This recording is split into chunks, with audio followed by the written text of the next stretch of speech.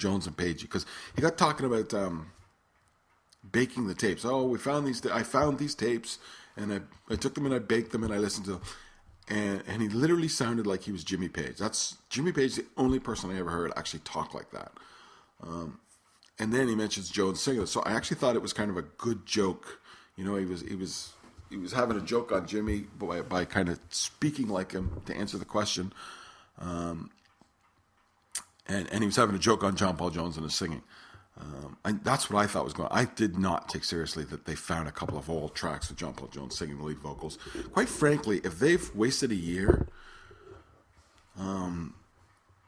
they've put together these. They've obviously done the YouTube or the iTunes ones were released a year ago, so they've obviously done the remixing. If they've wasted a year searching around the vault so they can find a couple of old tracks that were John Paul Jones singing on them, you've wasted your time and my time. I have no interest in going out and spending money on a box set of songs that were not good enough to be on the set, not good enough to make the albums in the first place, and with John Paul Jones singing vocals. I just don't. If they're going to mix in some live stuff, going to give us some real live, nice versions of live shows, that'd be great. But, you know, or definitive versions of the albums in terms of mixing and mastering, that would be great. But if they're dicking around looking for jam sessions, I'm not interested. But I thought the big part of that story was he's in the studio again with the Sensational Space Shifters. Now you remember this time last year he had 2 albums sitting in the can, supposedly Band of Joy and Sensational Space Shifters, which leads to ask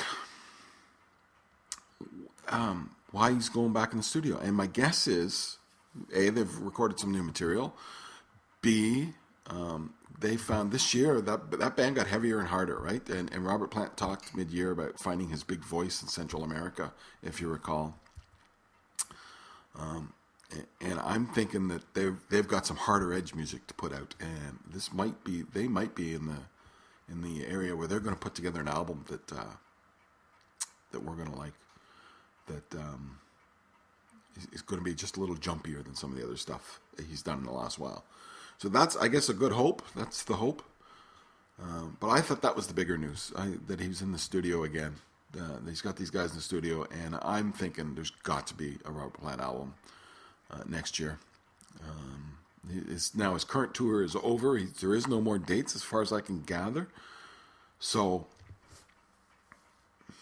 he's free to do as he wants, and hopefully we're looking at some new material from Robert and some lively new material. Okay, so that's it. That's the kind of, I'm going to wrap at that. That's how this is supposed to go. A quiet conversation about one subject or another. And I'll get a better feel for how I have to handle the prep in a couple episodes. Let me know what you think, though. Let me know how you feel. And the idea is to grow this thing, and one of the ways of growing it is having a consistent release. So that's, and like I said, go to Facebook, go to Google+, go to follow me on Twitter at Ramble On Blog. Give me ideas for themes. Go to iTunes and review this episode. Go to whatever that, I should absolutely know the name of the programs I want you to go to. Spreaker, Spreaker. It has all sorts of podcasts. You can listen to them live on the thing. Go to Spreaker, search for Ramble On Radio, like me or whatever you do, follow me, and then we'll get you. We'll see if we can't grow this thing over the next little while. This is episode 35, by the way. Ramble On Radio, episode 35. Thank you for listening, and have a good week. I'll see you or talk to you next week.